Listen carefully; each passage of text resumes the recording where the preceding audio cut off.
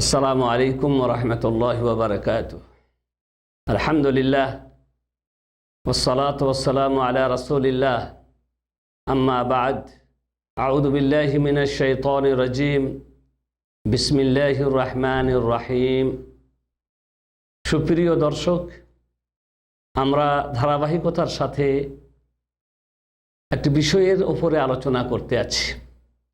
বিষয়টি হচ্ছে চারটি ইসলামের মূল নীতি বা গুরুত্বপূর্ণ মূল বিষয়। আমরা ইতিপূর্বে দুটি মূল বিষয়ের কথা আলোচনা করেছি, আর সেই দুটি মূল বিষয়ের সাথে আনুষঙ্গিক ব্যাখ্যা যা ইমামগণরা করেছেন তাদের ব্যাখ্যাও সংক্ষিপ্ত আকারে সুপ্রিয় পাঠকদের সামনে তুলে ধরা হয়েছে।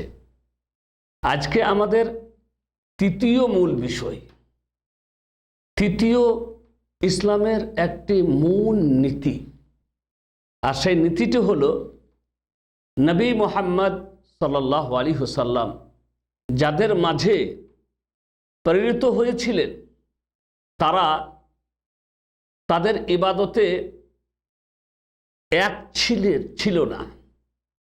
যাদের মাঝে মুহাম্মদ সাল্লাল্লাহু আলাইহি ওয়াসাল্লাম প্রেরিত হয়েছিলেন তারা তাদের ইবাদতে ভিন্ন ভিন্ন ছিল, মানে তারা ভিন্ন ভিন্ন মাবুদের ইবাদত করত। সকলে মিলে কোনো এক উপাস্যের তারা উপাসনা করত না, বরং সকলেরই ভিন্ন ভিন্ন উপাস্য ছিল। কেউ এটাকে মানত, কেউ ওটাকে মানত, কেউ আর এইভাবে তারা ভিন্ন ভিন্ন ছিল তাদের পূজায়। তারা সকলেই কোনো এক উপাস্যের উপাসনা করেনি। কেউ ফেরেশতার উপাসনা করেছে, ফেরেশতাদের, কেউ নেক লোক এবং নবীদের উপাসনা করত, আবার কেউ গাছ ও আপনার পাথরের পূজা করেছে, আবার কেউ চাঁদ ও সূর্যর পূজা করেছে। কেউ ফেরেশতাদের পূজা করত, বা কোনো কোনো সম্প্রদায় তারা ফেরেশতাদের পূজা করত।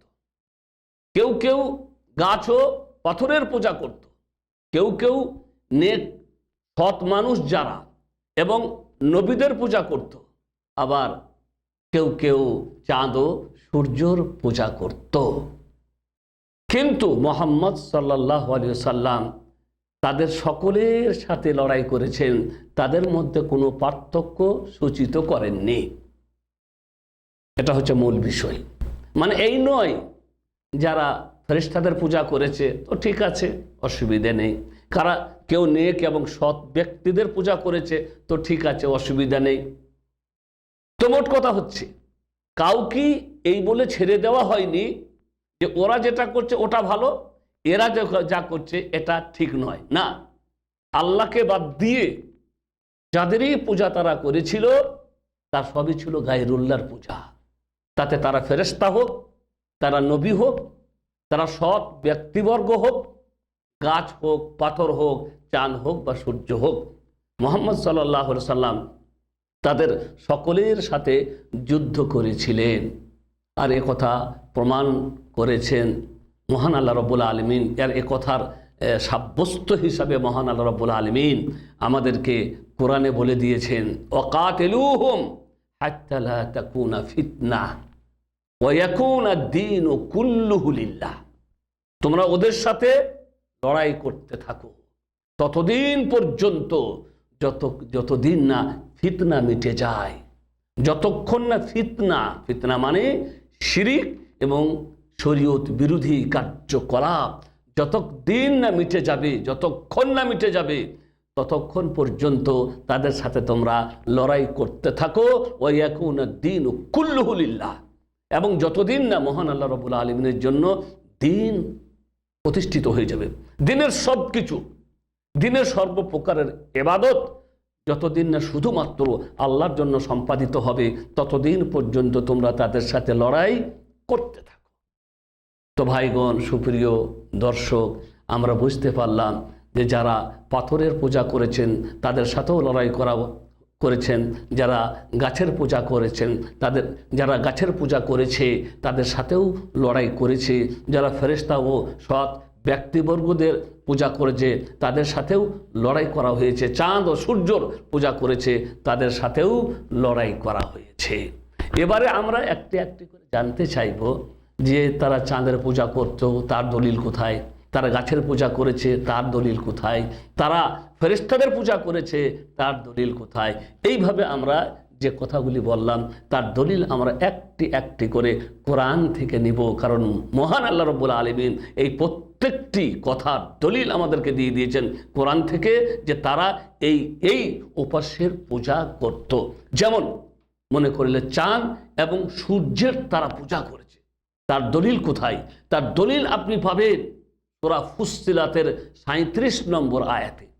মহান আল্লাহ রাব্বুল আলামিন বলেছেন, ওয়ামিন আয়াতিহি আল-লাইলু ওয়ান-নাহার ওয়াশ-শামসু ওয়াল-কামার লা তাসজুদু লিশ-শামস ওয়ালা লিল-কামার ওয়াসজুদু লিল্লাহিল্লাযী খালাকাহুন্না। আর আল্লাহর নিদর্শন সমূহের মধ্যে, আল্লাহর অনেক নিদর্শন আছে, সেই নিদর্শন সমূহের মধ্যে নিদর্শন হচ্ছে রাত এবং দিন। বিরাট নিদর্শন। রাত আসে চলে যায়, আবার দিন আসে চলে যায়। যখন দিন থাকে রাত থাকে না, আবার দিন চলে যায় রাত আসে। এসব কার্যকলাপগুলি হচ্ছে একজন কোনো মহান প্রতিপালকের মাধ্যমে, পরিচালকের মাধ্যমে। তো তার বড় বড় নিদর্শন সমূহের মধ্যে রাত ও দিনও সেই নিদর্শনের আওতায় পড়ে। ওয়াশ-শামস ওয়াল কামার, এবং চাঁদ ও সূর্য যা তোমরা দেখতে পাচ্ছ এগুলিও আল্লাহর নিদর্শন সমূহের মধ্যে পড়ে। দেখো চাঁদ আসছে, সূর্য আসছে, সূর্যের পিছনে পিছনে চাঁদ, সূর্য যখনই ডুবে যাচ্ছে চাঁদ দেখতে পাচ্ছ, সূর্য যখন থাকছে চাঁদ দেখতে পাচ্ছ না। এই যে একের পর এক তারা পিছনে পিছনে ঘুরছে, কিন্তু কেউ কারো নাগাল পায় না। কিভাবে? এইভাবে এলোমেলোভাবেই চেনা। একজন মহান পরিচালক আছেন, যে পরিচালকের মাধ্যমে এই চাঁদ আর সূর্য পরিচালিত হচ্ছে। তাই এই চাঁদ ও সূর্য মহান আল্লাহ রাব্বুল আলামিনের নিদর্শন সমূহের আওতায় পড়ে। লা তাসজুদু লিশ-শামস ওয়ালা লিল-কামার, তোমরা চাঁদের পূজা করবে না আর সূর্যেরও পূজা করবে না। এই চাঁদ এই সূর্য যে দেখছো, তোমাদেরকে হয়তো দেখে অনেক বড় মনে হচ্ছে, হ্যাঁ এত বিরাট ব্যাপার, এরা হয়তো মাবুদ হতে পারে, এরা হয়তো উপাস্য হতে পারে। না, তোমরা সূর্যের পূজা করবে না, তোমরা চাঁদের পূজা করবে না। ওয়াসজুদু লিল্লাহিল্লাযী খালাকাহুন, বরং তোমরা পূজা করবে সেই আল্লাহ, যে আল্লাহ এগুলিকে সৃষ্টি করেছেন। এখানে যে কথাটি লক্ষণীয়, যে মহান আল্লাহ রাব্বুল আলামিন বললেন তোমরা চাঁদের পূজা করবে না, তোমরা সূর্যের পূজা করবে না। তার মানে কি? তার মানে চাঁদ আর সূর্যের পূজা করা হতো।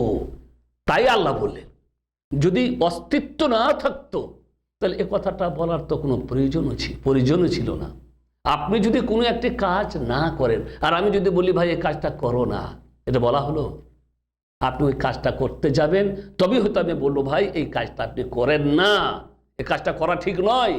তো মোট কথা হচ্ছে তারা চাঁদ ও সূর্যের পূজা করত বলে মহান আল্লাহ রাব্বুল আলামিন বললেন যে তোমরা সূর্যের পূজা করো না, তোমরা চাঁদের পূজা করো না, বরং তোমরা পূজা করো সেই মহান সত্তার, যে এই চাঁদ এবং সূর্যকে সৃষ্টি করেছে। এবারে আমরা আসছি, তারা ফেরেশতাদেরও পূজা করেছে। তার দলিল কোথায়? তার দলিল হচ্ছে সূরা আল ইমরানের 80 নম্বর আয়াত।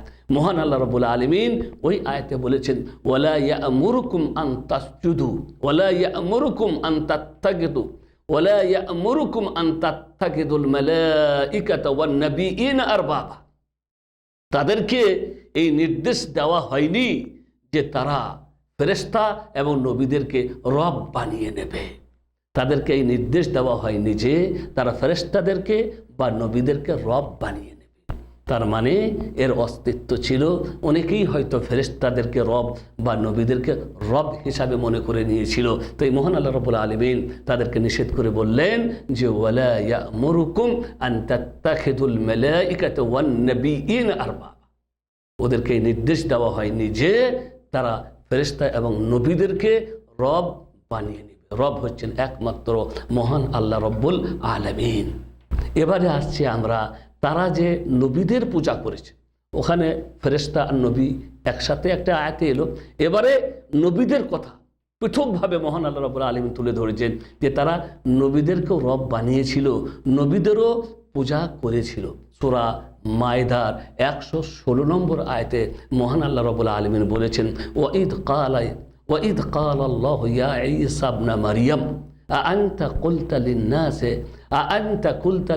ইত্তাখিযুনি ওয়া উম্মিয়া ইলাহাইন ইয়া ঈসা ইবনা মারইয়াম আআনতা কুলতা লিন-নাস ইত্তাখিযুনি ওয়া উম্মিয়া ইলাহাইন মিন দুনিল্লাহ। হে ঈসা, মারিয়ামের পুত্র ঈসা, তুমি কি মানুষদেরকে এই কথা বলেছিলে যে তারা তোমাকে আর তোমার মাকে উপাস্য হিসাবে গ্রহণ করুক? এটা কি তুমি মানুষদেরকে বলেছিলে যে হে মানব সম্প্রদায়, তোমরা আমাকে আমার মাকে উপাস্য হিসাবে গ্রহণ করে নাও, আল্লাহকে বাদ দাও? এরকম কথা কি তুমি বলেছিলে? কাল, তখন ঈসা আলাইহিস সালাম বলবেন, সুবহানাক, আল্লাহ গো তুমি পাক ও পবিত্র, শিরিক থেকে তুমি পাক ও পবিত্র, আমি তোমার পাক ও পবিত্রতার ঘোষণা দিচ্ছি। মা ইয়াকুনু লি আন আকুলা মা লাইসা লি বিহাক, মা লাইসা লি বিহাক, আমার জন্য এটা কখনোই শোভনীয় নয় যে আমি এমন কথা বলবো যে কথা বলার আমার কোনো অধিকার নেই। আমার জন্য এটা কখনোই শোভনীয় নয় যে আমি এমন কথা বলবো যে কথা বলা আমার অধিকারে নেই। ইন কুনতু কুলতুহু ফাকাদ আলিমতা, হে আল্লাহ, যদি আমি এরকম কথা বলে থাকি তাহলে তুমি তো তা জেনে থাকবে। ইন্নাকা তা'লাম মা ফি নাফসাক, যদি আমি এরকম কথা বলে থাকি তাহলে তুমি জেনে থাকবে। তা'লামু মা ফি নাফসি ওয়ালা আ'লাম মা ফি নাফসি, হে আল্লাহ, তা'লামু মা ফি নাফসি, আমার অন্তরে কি আছে তা তো তুমি জানো, ওয়ালা আ'লাম মা ফি নাফসিক, কিন্তু তোমার মনের কথা তো আমি জানি না। ইন্নাকা আনতা আল্লামুল গুয়ুব, হে আল্লাহ, তুমি অদৃশ্য খবর সম্পর্কে, অদৃশ্য জগৎ সম্পর্কে সর্বাধিক জ্ঞাত। তাহলে এখানে বলা হলো যে ঈসা আলাইহিস সালামকে এবং তার মাকে মাবুদ বা উপাস্য হিসাবে গ্রহণ করা হয়েছিল। আর তা আমরা সকলেই জানি। এখানে বহুত বড় সম্প্রদায় আছে যারা ঈসা আলাইহিস সালামকে আল্লাহ মনে করে এবং তার মাকেও আল্লাহ বা আল্লাহর বেটি ইত্যাদি অনেক রকমের ধারণা অনেকের মাঝে আছে। তো মোট কথা হচ্ছে যে ঈসা আলাইহিস সালামকে মাবুদ বা উপাস্য মনে করা হয়েছিল। তাই আল্লাহ তাআলা বলবেন, ঈসা, তুমি কি বলেছিলে মানুষদেরকে যে তোমরা আমাকে আর আমার মাকে উপাস্য হিসাবে গ্রহণ করো আর ওদের সব আল্লাহকে বাদ দাও? এরকম কথা কি তুমি বলেছিলে? ঈসা আলাইহিস সালাম বলবেন, আল্লাহ গো, আমার জন্য এটা কখনোই শোভনীয় নয় যে আমি এমন কথা বলি যে কথা বলার অধিকার আমার নাই। তুমি পাক পবিত্র, তোমার পবিত্রতার আমি ঘোষণা দিচ্ছি। আল্লাহ, তুমি তো আমার মনের কথা জানো। যদি এরকম কথা আমি বলে থাকি আল্লাহ, তাহলে তুমি তো জেনে থাকবে আমার মনের কথা তুমি জানো, তোমার মনের কথা আমি জানি না। তুমি অদৃশ্য সম্পর্কে, অদৃশ্য জগৎ সম্পর্কে সর্বাধিক জ্ঞাত। তাহলে এখানে আমাদের জানা হয়ে গেল, প্রমাণিত হয়ে গেল যে মানুষকেও এমনও ছিল যারা ঈসা আলাইহিস সালামকে আল্লাহ মনে করেছিল এবং আল্লাহকে বাদ দিয়ে তাকে মাবুদ হিসাবে গ্রহণ করেছিল। এবারে আমরা আসছি সৎ ব্যক্তিবর্গদেরকে তারা পূজা করেছে বা সৎ ব্যক্তিবর্গদেরকেও তারা আল্লাহ হিসাবে গ্রহণ করেছে, রব হিসাবে গ্রহণ করেছে, উপাস্য হিসাবে গ্রহণ করেছে। তাই আল্লাহ রাব্বুল আলামিন সূরা ইসরার মধ্যে আমাদেরকে জানিয়েছেন, উলাইকাল্লাযীনা ইয়াদউনা ইয়াবতাগুন ইলা রাব্বিহিমুল ওয়াসিলা আইয়ুহুম আকরাব ওয়া ইয়ারজুনা রাহমাতা ওয়া ইয়াখাফুনা আযাবা ইন্না আযাবা রাব্বিহি কানা মাহদুরা।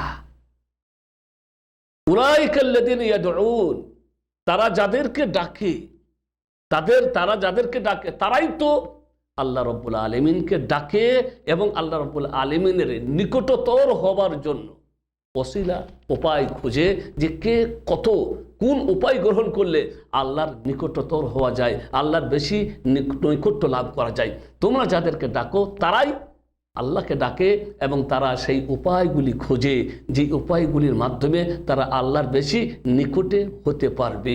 ইয়ারজুনা রাহমাতা, তারা আল্লাহর রহমতের আশা করে। ওয়া ইয়াখাফুনা আযাবা, এবং তারা আল্লাহর আযাবকে ভয় করে।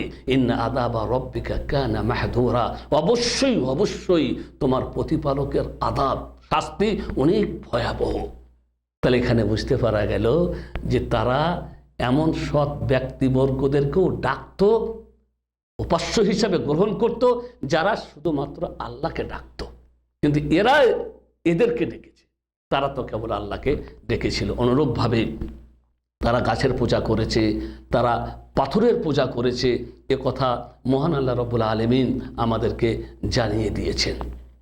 গাছের পূজা, পাথরের পূজা তারা করেছে। সূরা নাজমের আয়াত নম্বর 19 থেকে 20 পর্যন্ত দেখে নেবেন। আল্লাহ তাআলা বলেছেন, আফারাআইতুমুল লাতা ওয়াল উজ্জা ওয়া মানাতা সালিসাতাল উখরা, তুমি কি দেখো না লাত এবং উজ্জাকে, এবং তৃতীয় আরেকজন, সে হচ্ছে মানাত। এই লাত, উজ্জা, মানাত এগুলি পাথরের মূর্তি মতো খাড়া করা ছিল এবং তারা তাদেরকে পূজা করেছে। আর এগুলি ছিল নূহ আলাইহিস সালামের জামানার সৎ ব্যক্তিবর্গদের নাম, যা আমরা পরবর্তী আলোচনায় ইনশাআল্লাহ আলোচনা করব যে এরা কারা ছিল। তো তুমি কি দেখো না লাত এবং উজ্জাকে, আর একজন, তৃতীয় একজন, সে হচ্ছে মানাত। এগুলি মূর্তির মতন পাথরের ছিল আর এদের তারা উপাসনা করেছে, পূজা করেছে। এবারে আমরা একটি হাদিস উল্লেখ করব। মহান আল্লাহ রাসূল সাল্লাল্লাহু আলাইহি ওয়াসাল্লাম সেই হাদিসের মধ্যে আমাদেরকে জানিয়েছেন। হাদিসটি বর্ণিত হয়েছে মুসলিম এবং বুখারী এবং মুসলিম শরীফে। আবু ওয়াকিদ আল লাইসি রাদিয়াল্লাহু তাআলা আনহু ওই হাদিসটি বর্ণনা করে বলেন, খারাজনা মা রাসূলিল্লাহ সাল্লাল্লাহু আলাইহি ওয়াসাল্লাম কিবালা হুনাইন ওয়া নাহনু হুদাসা ওয়া আহাদিম বিকুফর ওয়ালিল মুশরিকিনা সিদরা ইয়াকুফুনা ইনদাহা ওয়া ইয়ানুতুনা বিহা আসলিহাতাহুম। আমরা রাসূল করিম সাল্লাল্লাহু আলাইহি সাল্লামের সাথে হুনাইনের অভিমুখে যাত্রা করলাম। হুনাইনের যুদ্ধ করার জন্য হুনাইন অভিমুখে আমরা যাত্রা করলাম। আর আমরা তখন নবগত মুশরিক ছিলাম, মানে এই নবগত মুসলিম ছিলাম। এই মাত্র আমরা ইসলামে প্রবেশ করেছিলাম। ইসলাম সম্পর্কে তত বিশাল জ্ঞান তখন ছিল না, নবগত মুসলিম ছিলাম। তাই আল্লাহ রাসূল সাল্লাল্লাহু আলাইহি ওয়াসাল্লামের সাথে, আল্লাহর রাসূল সাল্লাল্লাহু আলাইহি ওয়াসাল্লামের সাথে আমরা হুনাইনের দিকে যাচ্ছিলাম। পথিমধ্যে একটি বরের গাছ দেখতে পেলাম, বরের গাছ, কুলের গাছ দেখতে পেলাম। এমন একটি কুলের গাছ, ইয়াকুফুনা ইনদাহা, এই কুলের গাছটা ছিল মুশরিকদের। আর এই মুশরিকরা এই কুলের গাছের পাশে ঘোরাঘুরি করত। ওয়া ইয়ানুতুনা বিহা আসলিহাতাহুম, আর এই কুলের গাছের ডালের সাথে তাদের মানে তরবারিগুলোকে তারা ঝুলিয়ে রাখত। ইউকালু লাহা যাতু আনওয়াত, এই বরের গাছটার নাম ছিল যাতু আনওয়াত। ফাকুলনা ইয়া রাসূলুল্লাহ ইজআল লানা যাতা আনওয়াত কামা লাহুম যাতা আনওয়াত। হে আল্লাহর রাসূল, হে আল্লাহর রাসূল, আপনিও আমাদের জন্য একটি ওইভাবে কুলের গাছ নির্দিষ্ট করে দেন যেখানে আমরা বসবো, যার ডালের সাথে আমরা তরবারি ঝুলিয়ে রাখবো। ওদের যেমন একটি কুলের গাছ ছিল, ওরকম করে আমাদের জন্য একটা বানিয়ে দেন। ফাকাল আল্লাহু আকবার। তখন নবী করিম সাল্লাল্লাহু আলাইহি সাল্লাম আশ্চর্য আল্লাহু আকবার বলে উঠলেন এবং বললেন, হাদা কামা কালাত বানু ইসরাঈলা লি মূসা। এটা হচ্ছে ওই রকমই কথা যেরকম কথা বানু ইসরাঈলা মূসা আলাইহিস সালামকে বলেছিল। এটা হচ্ছে ওই রকমই কথা যে কথা বানু ইসরাঈলা মূসা আলাইহিস সালামকে বলেছিল। তারা কি বলেছিল? ইজআল লানা ইলাহা কামা লাহুম আলিহা। হে মূসা, আমাদের জন্য একটা পৃথক মাবুদ নির্দিষ্ট করে দাও যেমন ওদের মাবুদ রয়েছে। তো মোট কথা হচ্ছে, এখানে বলার উদ্দেশ্য হচ্ছে যে তারা পাথরেরও পূজা করেছে, গাছেরও পূজা করেছে, যার দলিল কোরআন ও হাদিস থেকে আমরা পেয়ে যাই। মহান আল্লাহর কাছে প্রার্থনা করি, মহান আল্লাহ রাব্বুল আলামিন আমাদেরকে শিরক বিদআত থেকে যেন বাঁচান, একেবারে কোনো রকমের কুধারণা থেকে এবং কোনো রকমের কোনো শিরিক যেন আমাদের দ্বারাই সম্পাদিত না হয়ে যায়। মরা পর্যন্ত যেন আমরা সঠিক ইসলামের উপরে প্রতিষ্ঠিত থাকতে পারি। আল্লাহ যেন সেই তৌফিক আমাদেরকে দান করেন। ওয়া সাল্লাল্লাহু আলা নবিয়িনা মুহাম্মদ ওয়া আলা আলিহি ওয়া সাহবিহি আজমাইন।